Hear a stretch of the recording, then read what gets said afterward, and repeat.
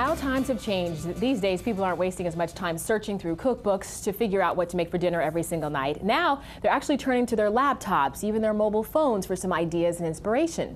Heather Cabot is here. She's Yahoo's Web Life editor, and Heather's here because we want to know how the web is really revolutionizing the way that we dine and the ideas that we get. It's good to have you back, Heather. Thank you. Thanks for having me. Big deal, though, because when you're rushing trying to make something, people are going straight to the web, right? I don't know about you. I think a lot of people do this too. You have your mobile phone, you got your smartphone, and you're in the supermarket. Right. Sometimes I've actually put a recipe on my phone. I've looked for a recipe, and then I've bought the ingredients at the store at the same time. On the spot. Yeah, while I'm doing that, I've got my recipe with me. But Yahoo actually did a survey recently, actually to mark the 15th anniversary of Yahoo, and 75% of the people we surveyed told us that the internet has completely replaced cookbooks. Really? Yeah, but I mean, there are so many great resources online now. Yeah. There are blogs, first of all. There are newsletters, and we're going to talk about some of them. There are, you can even just subscribe to various Twitter feeds and get recipes emailed to you as well. Because, you know, I have a lot of cookbooks at home, and the covers look really nice, but just collecting dust, because that's not the first place I tend to go now. Like you said, I go to the internet. And what a lot of people are doing, you mentioned email. I have a colleague at Yahoo who had this terrific idea. When she sees a recipe that she likes online, she emails it to herself,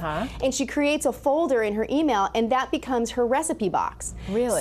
So say she wants to make lasagna. Instead of going through the old-fashioned recipe box we used to have from our mothers, she actually goes into her recipe folder on her email, and she just searches lasagna, and then she has whatever recipes maybe mom has emailed her, or maybe a recipe she's emailed herself, and that's how she saves her recipes. People are getting very savvy, and we're going to talk about a couple of these sites, and I want to know what your favorites are too in terms of getting some ideas and inspiration. And they're very sophisticated sites, very snazzy sites. I like them. Well, one thing I was going to say before we get into that is the idea that people are taking photos of the food that not only that they are eating, but they are making. And that is actually the idea behind a lot of these blogs we're going to talk about, is how beautiful food can be and how we can get inspired by those. And on Flickr, for example, 7.2 million photos of food on Flickr. That's how often people are uploading them. But one site that I really like that we were talking about before is Running with Tweezers.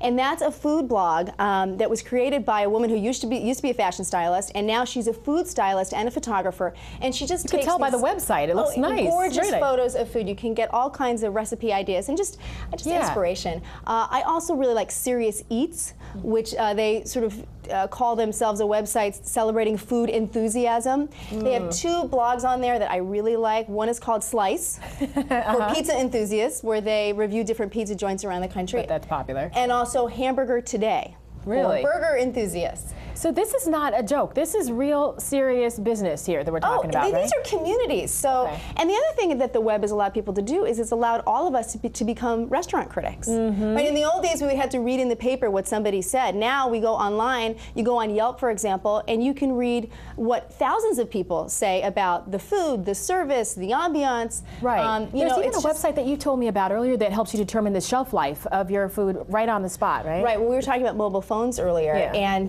there is an app called Still Tasty, and what you do is you actually put in the name of the food. So you have ketchup sitting in the back of your fridge, and you put it into your app, and it'll tell you how long the ketchup will last. So, you know, if it's in your pantry, it might be several weeks. If it's in the fridge, it might be maybe a month. Right. So it tells you, so you know, and you can set a reminder for when to throw it out. They're saving a lot of marriages on the internet with this information that we have. Thank you so much, Heather. You're welcome. Good to have you back. Thanks. We'll be back after this.